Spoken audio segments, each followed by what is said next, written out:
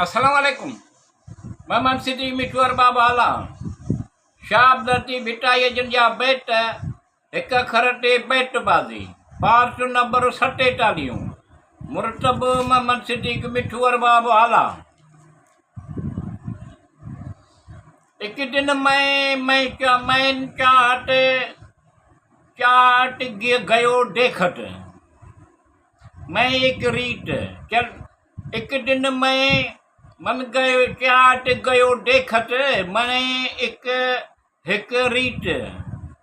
चलती चलती था गयो भरम पूज जित रीत न बनी प्रीत तेरह टवारी न टास्यारियूं टड़न ते जियो मुझो जड़ियूं गणतिन में गारी न लड़ा कटरानी मसजर का घरी का बोड़ी न पारी न मुखे ठा मारी न ठोरा ठर जायन जा एक दिन मैं चाट गयो देखट मुँह एक रंग चलती चलती टांग्यो भरम भोज जिट रंग अंग न नंग न ढंग गुलछनू गिरनार जो डबकी व्या द्वार गुलछनो गिरनार जो डबकी व्या द्वार से सूरण जहिड़ियूं पटियो कढन पार कोड़ी संडो कारणी अड़ियन संडो आधार आहे वसीलो विलियन जो सभिनी जो सरदार अहिड़ो राय खगार कॾहिं थींदो कोन ॿियो वीह राट वठाण सारियम संघारनि जा तरकुल दुनिया वाजिब इहा बाणनि उहो ॼाण माड़िन में महिमान आया ॿ टे ॾींहड़ा अगर हुब अली आद बटूड नबूद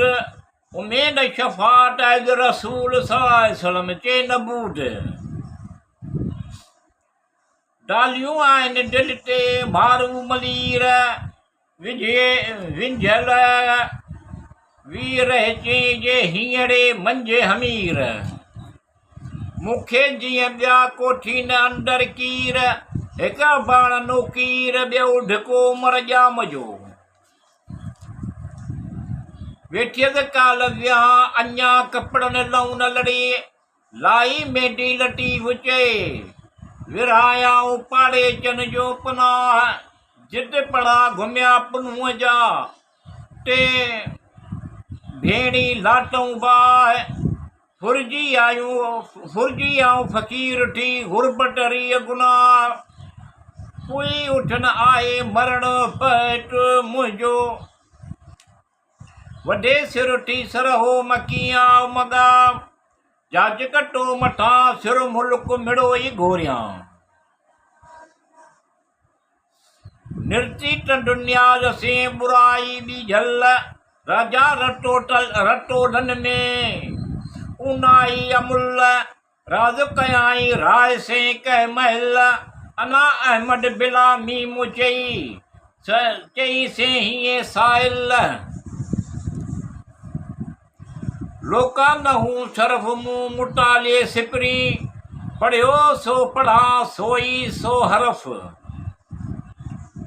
चयूं फोग फुलारिया टहकन पिया टूह चखाई अड पवार जा सालिया घणो सुबुह रात मुझे रूह घूंडर मंझ गुज़ारियो वसीलो न वस भुगे भर न सारिया पनड़ ॾींदो पाटणी ओखीअ मंझिया वस हाल हमारो पस सदा रोज़न राजिया आई रुट बसनत जी खटण हार खिड़िया खस्तूरी ख़ुशबू ते अची भंवर भिरिया मूंखे मोह मिड़िया लठा दुख सुख थिया आई रुट बसन की बागन मुकी बूंद लाली देखो लाल की हैकर वञी हूंद उमट जे अखूंड ओ भरस बि उभाइया